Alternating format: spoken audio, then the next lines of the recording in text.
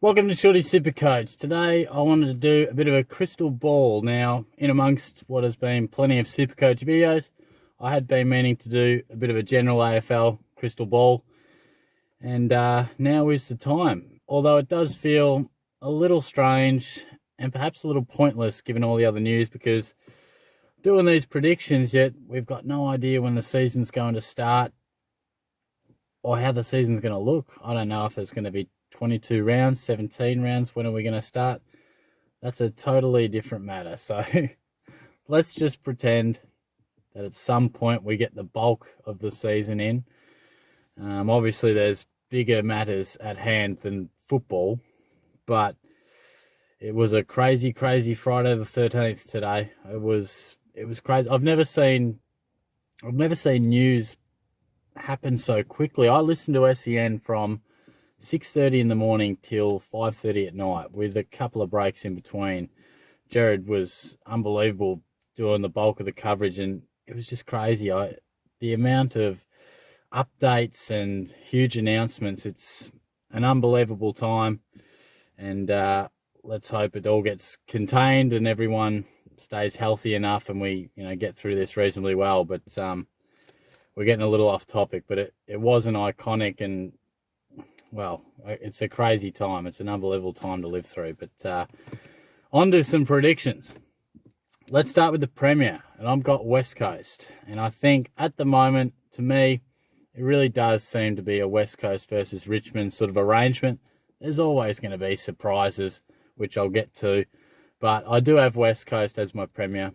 They've added to that sensational midfield. They've got an incredible home ground advantage. They have already been there and been right up there the last couple of years. They've done it on the MCG. And yeah, I just think their list is still as good as it is, or good as it was when they won the flag, with probably a couple of additions. So I've got them winning it. But gee, picking a Premier is pretty tough because there's so many sides that are vying for that top spot. Probably top 8. There's a stack of sides sort of contending for top 8, but probably at the moment there does seem to be just a couple of clubs that are really quite dominant. But I've got the Eagles as my Premier. And the Brownlow, I've got Paddy Cripps. So I've really gone out on an absolute limb there, haven't I? But I think Cripps is obviously a superstar. Don't have to justify that. It's pretty easy to go someone like him. So who else could you maybe go that's got a little bit of value? I like Josh Dunkley. Now, I think he's a ball magnet.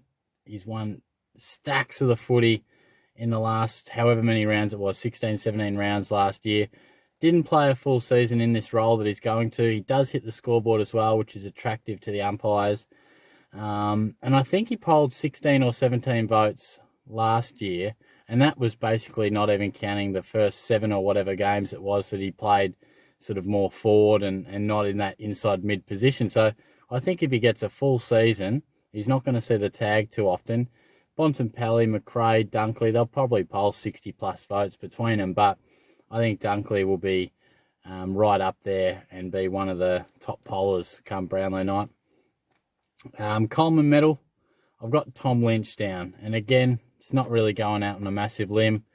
Plays for one of the best clubs in the comp, ended the season brilliantly, and a noted high marker, good kick, finds plenty of it in the forward 50. So not really giving you too much there, am I? But if we want to go a little different, I know his preseason hasn't been, amazing, but Aaron Norton, super exciting, one of the most talented players. And I just feel as if Bruce has come to the club, we'll just share that load a little bit. And I feel like Norton, the weight of the world won't be on him to be the main man at the Dogs. And I think while he did flourish at times, I reckon we'll see a full season of real dominance from Norton.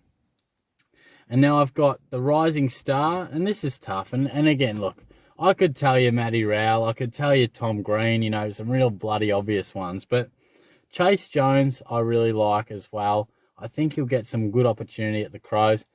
Okay, not the sort of Marsh Community Series matches that maybe we were looking for, certainly not from a SuperCoach perspective, but I think he'll play some quality footy this year, and I think he'll put a really good case forward. And Charlie Constable as well, don't rule him out. If he can get a game at the Cats it's one of those funny ones. He could play plenty of VFL, but if he's in the AFL team, I think he's going to be awesome. So he's an inside mid. He hasn't really got that chance yet. But obviously TK's gone. Stephen comes to the club. Fair enough. But I think guys like Narkle, Parfitt, Stephen, they'll sort of share that load that Kelly's left. But I do think there's a role for Constable to play. And he's shown some really good signs at AFL level. So I really like him. And just to finish, a bit of a bolter and a slider as a club. The bolter, I've got the Bulldogs. What were they, 7th last year? I'm thinking they're going to finish top 4 is my prediction. So I really like a lot of what they're doing. I've already mentioned a few of their players, a couple of additions. I like the way they play, and I think they're ready to really rock it up. So that's a prediction for a bolter. In terms of a slider, I've got Adelaide. They finished 11th with 10 wins. I could definitely see them struggling to get 7 or 8 wins. So I think they're going to struggle big time. I've also got Sydney in there. I mean, they were 15th last year, so it's really, can you really call them a slider? I think they had 8 wins or something like that. So I'd have to lock in Adelaide for my genuine slider, but it is tough because there seems to be a lot more teams that seem to be on the up, pressing for top 8 than sort of pressing for top 4, so, or bottom 4, I should say.